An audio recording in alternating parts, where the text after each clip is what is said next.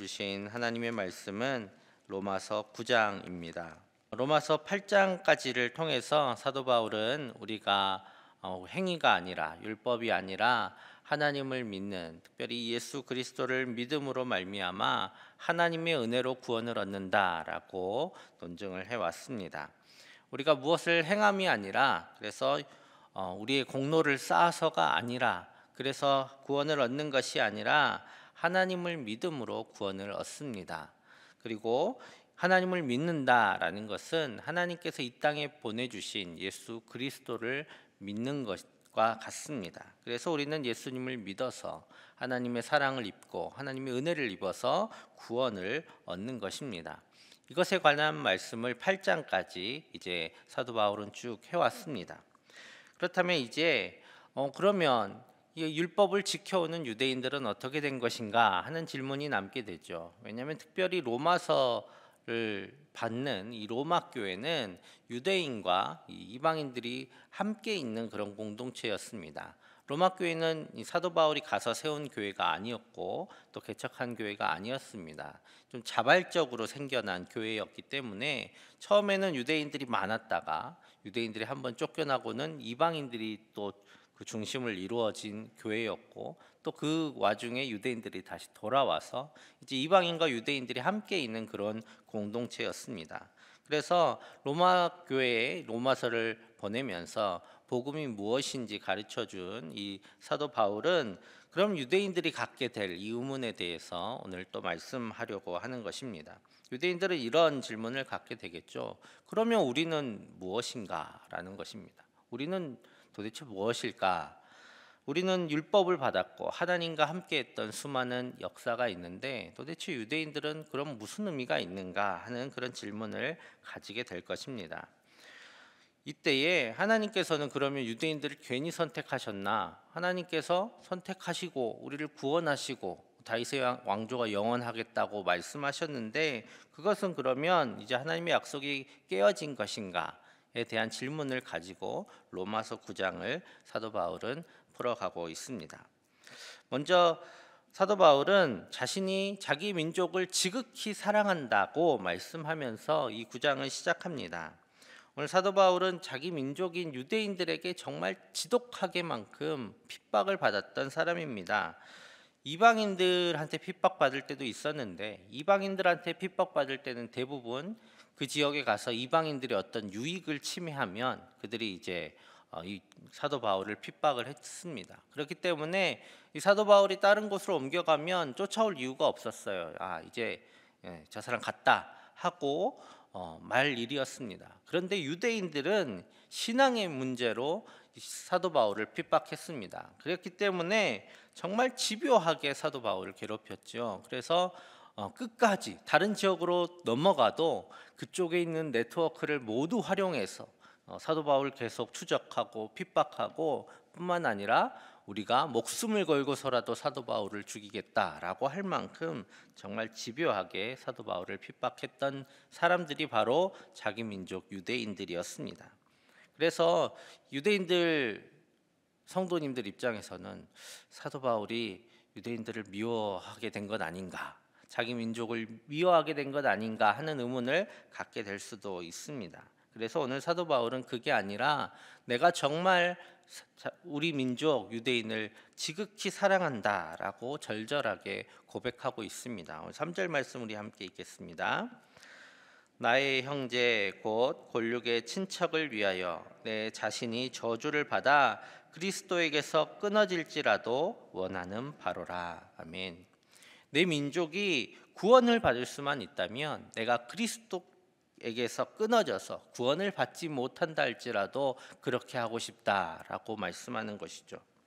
자신이 지금 이렇게 핍박을 받으면서 하나님의 말씀을 전해왔던 이유, 교회를 세워왔던 이유는 다른 것이 아니었습니다. 사도 바울도 그리스도 안에 머물고 싶고 하나님께 가기를 원했기 때문입니다. 그래서 자신이 받았던 이 귀한 복음을 가지고 구원을 얻은 이 기쁨을 위해서 지금까지 열심히 사역을 해왔던 것이죠. 그런데 내가 그것을 포기하더라도 우리 민족을 구원하고 싶다라고 할 만큼 유대인들을 얼마나 사랑하는지 고백합니다. 그리고 뿐만 아니라 유대인들이 어떤 것을 받았는지 이방인들을 가르쳐 주기 위해서였던 것 같은데, 유대인들이 얼마나 많은 것을 받았는지 또 많이 풀어서 해석하고 있습니다. 그들은 하나님의 자녀였고 또 하나님의 영광이었습니다. 하나님의 많은 약속들이, 그리고 많은 성취들이 이스라엘 민족과 함께 있었습니다. 그리고 무엇보다 하나님의 말씀을 바로 유대인들에게 주셨습니다. 지금 하나님을 예배하는 민족도 유대인이었고 또 그들의 조상을 부르신 분도 하나님이셨습니다. 무엇보다 예수님도 유대인입니다. 이 모든 특권을 받은, 그리고 하나님과 함께 살아왔던 민족이 바로 유대인이다라는 것입니다. 이 많은 약속을 받은 이 유대인들, 그런데 유대인들이 예수님을 믿지 않습니다. 그러면 지금까지 쭉 사도 바울이 이야기해온 바에 따르면 유대인들은 더 이상 하나님의 약속 가운데 있는 사람들이 아니다라는 것이죠. 왜 그러면 하나님 지금까지 이렇게 많은 걸 주셨는데 예수님을 믿지 않게 하셨습니까? 라는 질문을 하게 되는 겁니다. 왜 유대인들이 예수님을 믿지 않습니까? 그러면 하나님께서 하신 이 약속이 깨어진 것입니까? 라고 말을 하고 있습니다. 그래서 6절 상반절에 보면 그러나 하나님의 말씀이 폐하여진 것 같지 않도다라고 사도 바울이 말하는 것은 하나님의 약속이 깨어진 것은 아니다라고 이야기하고 싶은 것입니다. 그러면서 혈통으로 타고났다고 하나님의 자녀인 것은 아니다라고 사도 바울은 분명하게 말씀합니다. 오늘 8절 말씀 우리 함께 읽겠습니다. 곧 육신의 자녀가 하나님의 자녀가 아니요 오직 약속의 자녀가 씨로 여기심을 받느니라. 아멘.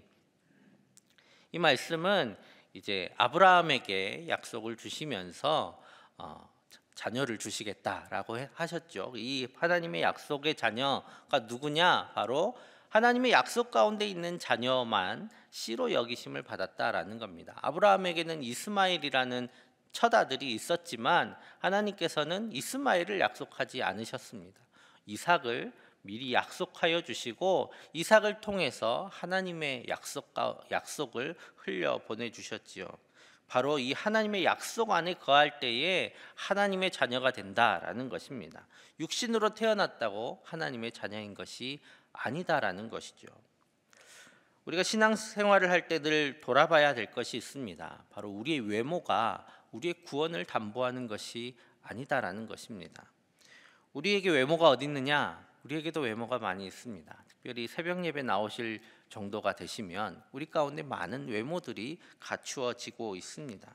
여러분, 우리의 직분이, 그리고 우리의 많은 신앙의 연륜들이, 그리고 교회를 열심히 잘 출석하는 것이, 그리고 많은 사역을 감당하는 것이 우리의 믿음을 증명하는 것이 아닙니다. 우리의 행위가 믿음의 행위인지, 믿음에서 나타난 것인지 아닌지는 우리가 왜 그것들을 하는지에 달려 있습니다. 우리가 예수님을 믿고 또 예수님을 따르기 위해서, 또 하나님을 사랑하기 위해서, 예수님께서 말씀하신 대로 이웃을 사랑하기 위해서 이것들을 감당해 왔다면 이것은 믿음으로 인한 믿음의 행위들이죠. 그래서 그것들이 믿음으로 하나님 앞에 올려드려지는 아름다운 일들입니다. 그래서 우리는 우리의 믿음으로 말미암아 하나님의 자녀가 되게 될 것입니다. 그런데 여러분, 그릇이 있다고 그 안에 물이 있다라고 말할 수는 없는 것이죠. 그릇이 있다고 해서 그 안에 물이 있는 것은 아닌 것처럼 우리의 겉모습이 우리의 믿음 있음을 말해주는 것은 아닙니다. 그래서 우리가 늘 돌아봐야 할 것은 사람한테는 그렇게 보일 수 있어도, 심지어 내 자신에게는 내가 그렇게 열심히 하니까 믿음이 있는 것처럼 보일지는 모르지만 하나님께서는 우리의 겉모습을 보시는 것이 아니라 우리의 심령을 감찰하시는 분이심을 늘 기억해야 합니다. 그래서 우리가 늘 하나님의 약속 안에 있는지, 우리가 믿음 안에 있는지 늘 우리의 믿음을 돌아보고 무엇보다 하나님과 깊은 교제 시간을 갖는 것을 잊지 않으시는 여러분 되시기를 간절히 축복합니다. 오늘 이 로마서 9장은 장로교회에 있어서 가장 중요하다기보다는 아주 중요한 그 말씀입니다. 왜냐하면 이 장로교회 가장 특징적인 예정론의 모태가 되는 말씀이 바로 9장 안에 있기 때문입니다. 오늘 11절에서 13절 말씀 우리 같이 읽겠습니다. 시작. 그 자식들이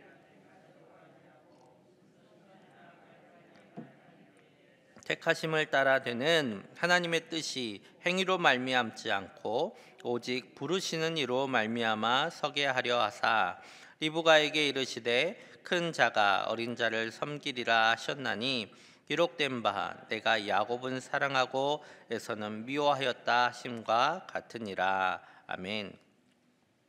이 말씀은 바로 이겁니다. 리브가가 이제 이삭의 아내 리브가가 기도 끝에 아이를 배웠는데 이 쌍둥이가 들어섰어요. 이 쌍둥이가 아직 뱃속에 있으니까 아무것도 하지 않았죠.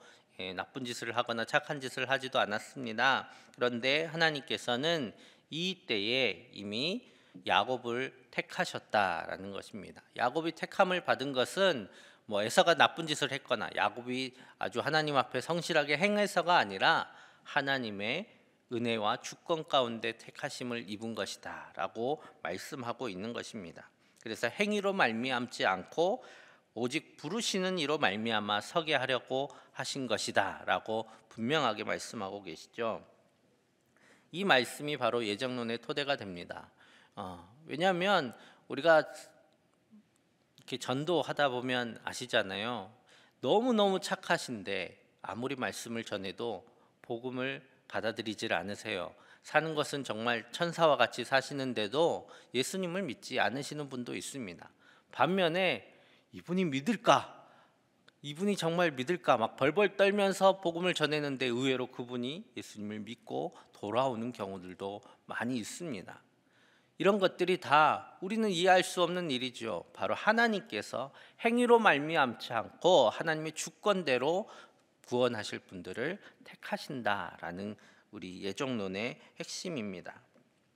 그런데 이 말씀은 잘못 이해될 때가 많이 있어요.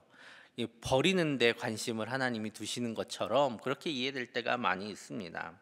그래서 오늘 이 말씀도 하나님께서 유대인들을 버렸다에 관심이 있는 것이 아닙니다. 오히려 하나님께서는 이방인들을 택하셨다에 대해 더 관심이 있는 말씀입니다. 22절 23절 말씀 제가 읽겠습니다. 만일 하나님이 그의 진노를 보이시고 그의 능력을 알게 하고자 하사 멸하기로 준비된 진노의 그릇을 오래 참으심으로 관용하시고 또 영광 받기로 예비하신 바 긍휼의 그릇에 대하여 그 영광의 풍성함을 알게 하고자 하셨을지라도 무슨 말을 하리요. 아멘. 이것은 무슨 말씀이냐면 여기에 진노의 그릇이 있고 긍휼의 그릇이 있습니다. 이 그릇은 하나님께서 만드셨다라는 그 토기장의 비유에 이어서 비유로 말씀하시는데 진노의 그릇은 이방인들을 얘기합니다. 왜냐하면 이방인들은 하나님의 택하심을 받지 못했기 때문이죠. 또 다른 긍휼의 그릇은 유대인들을 의미를 합니다. 자, 그런데 진노의 그릇을 하나님께서 진노하고자 하셔서 택하지 않으셨었는데 유대인들을 택했으니까 택하지 않은 백성인데 이 진노의 그릇을 하나님이 깨뜨리지 않으시고 하나님의 사랑하심을 보이시기 위해서 하나님의 긍휼을 보이시기 위해서 그것들을 오래 참음으로 간용하신다고 할지라도 누가 하나님한테 뭐라고 하겠느냐. 그리고 이 긍휼의 그릇을 통해서 하나님의 영광을 그 영광의 풍성함을 드러내 보이기 위해서 이방인들을 택하시고 유대인들을 조금 오래 놔두온다고 할지라도 누가 하나님을 원망할 수 있겠느냐라고 말씀하고 계시는 겁니다. 하나님께서 유대인들이 아닌 이방인들을 택하셔서 하나님의 자녀가 되게 한 것은 하나님의 자유이고 주권이다라고 말씀하고 있는 것입니다.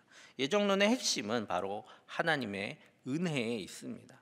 유대인들이 열심히 율법을 행했습니다. 그러면 유대인들만 하나님이 행위로 본다면 택하셔야겠지요. 그러면 이방인들은 죽을 수밖에 없습니다.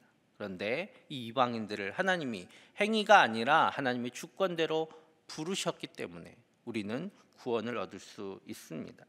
하나님은 자유하셔서 더 이상 유대인들에게 매이지 않으시고 그 주권으로 이방인들을 택하시고 그 은혜로 하나님을 믿고 또 하나님 앞에 구원 얻는 하나님의 자녀가 되게 하셨습니다. 그래서 유대인이 아님에도 우리는 지금 하나님을 부르고 하나님의 자녀로서 구원 얻는 삶을 살게 된 것입니다.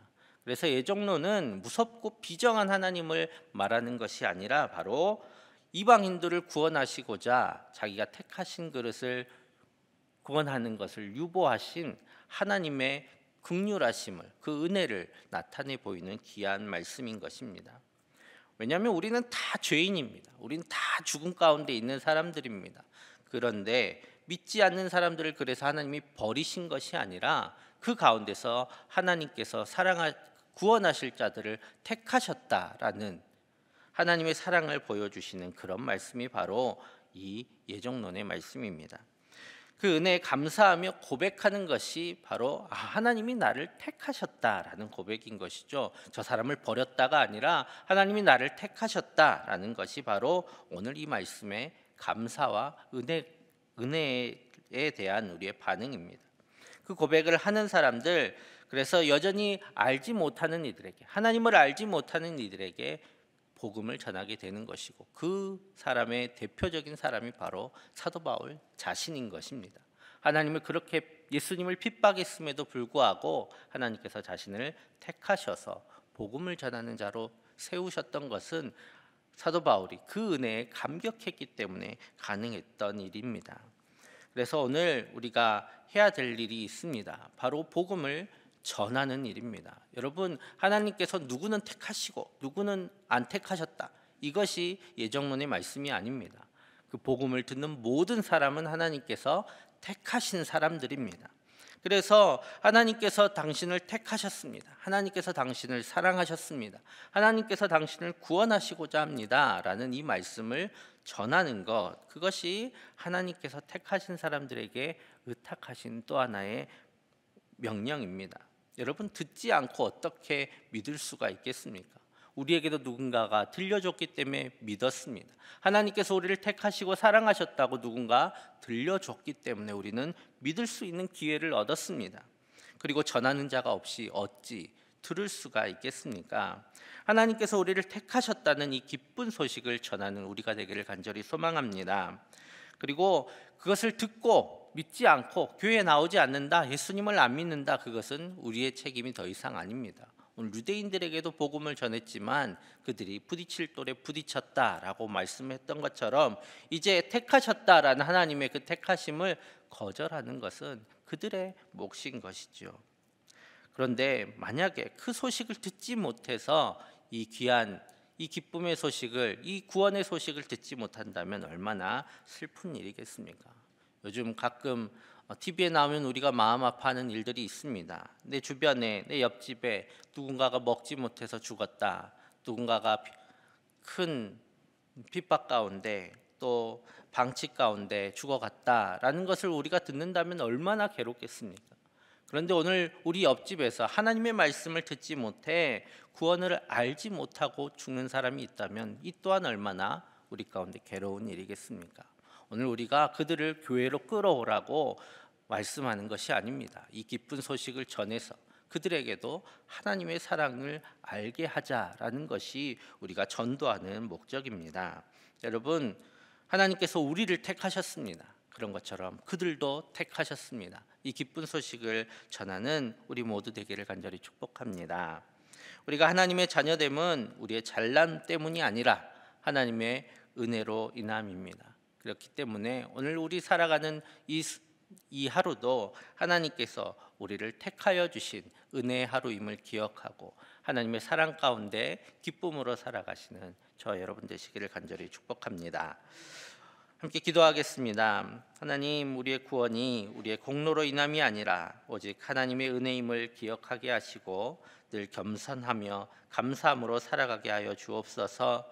교회 학교와 청년부의 겨울 바이블 캠프를 통해서 하나님을 아는 자녀들이 되게 하여 주시고 믿음이 굳건하여져서 이 세상의 풍파에 흔들리지 않게 하여 주옵소서. 그리고 코로나19로 인해 괴로워하는 모든 이들을 돌봐 주시고 하나님의 은혜로 돌보아 주옵소서. 우리 함께 기도하겠습니다. 사랑의 아버지 하나님 감사합니다. 하나님께서 우리를 사랑하셔서 불러주시고 또 주님의 은혜로 주님 택하여 주심을 감사합니다. 주님, 우리는 하나님 앞에 아무 공로가 없습니다. 하나님 앞에 드러내라 아무것도 없습니다. 그럼에도 불구하고 하나님께서 우리를 택하시고 부르셔서 하나님을 알게 하시고 또 믿게 하시고 구원 얻게 하여 주심을 감사합니다. 주님, 이 은혜를 늘 기억하며 살아가게 하여 주시옵소서. 우리가 주님 앞에 드린 모든 것들이 우리의 공로가 아니게 하여 주시고 오직 하나님께 감사함으로 나아가는 우리의 기쁨의 고백이 될 수 있도록 주님 인도하여 주시옵소서. 아버지 하나님, 교회와 청년부의 겨울 바이블 캠프를 시작합니다. 아버지 하나님, 그 캠프 가운데 함께하여 주옵소서. 비록 랜선으로 주님 보지 못하고 하는 비대면으로 하는 모든 수업들이지만 아버지 하나님께서 함께하여 주셔서 은혜가 넘치는 시간이 되게 하여 주시고 보아하는 모든 말들 가운데 또한 강의들 가운데 말씀들 가운데 하나님께서 함께하셔서 믿음이 세워지는 귀한 시간이 될 수 있도록 주님 인도하여 주옵소서. 우리 아이들의 믿음이 굳건하여지게 하여 주시고 그래서 이 세상의 풍파와 많은 풍조에 물들지 않는 굳건하게 선 믿음의 사람들이 다 되게 하여 주시옵소서. 아버지 하나님, 코로나19로 인해 괴로워하는 많은 이들이 있습니다. 사랑하는 이들을 잃고 또 많은 경제적인 어려움을 얻고 또한 몸의 어려움들과 많은 마음의 어려움을 겪는 이들이 있습니다. 주여 아버지 하나님, 불쌍히 여겨주시고 돌보아 주시고 하나님의 은혜로 세워 주옵소서. 사랑의 아버지 하나님, 하나님께서 우리를 사랑하셔서 부르심을 믿습니다. 주님, 우리가 하나님을 알게 되고 또 하나님을 따르고 또 하나님 앞에 나와 기도할 수 있는 것, 이 또한 하나님의 은혜입니다. 아버지 하나님, 우리가 늘 주님의 은혜 가운데 겸손하게 하여 주시고 주님께서 주신 이 귀한 사랑을 늘 감사하며 감격 가운데 살아가는 우리 모두 되게 하여 주시옵소서.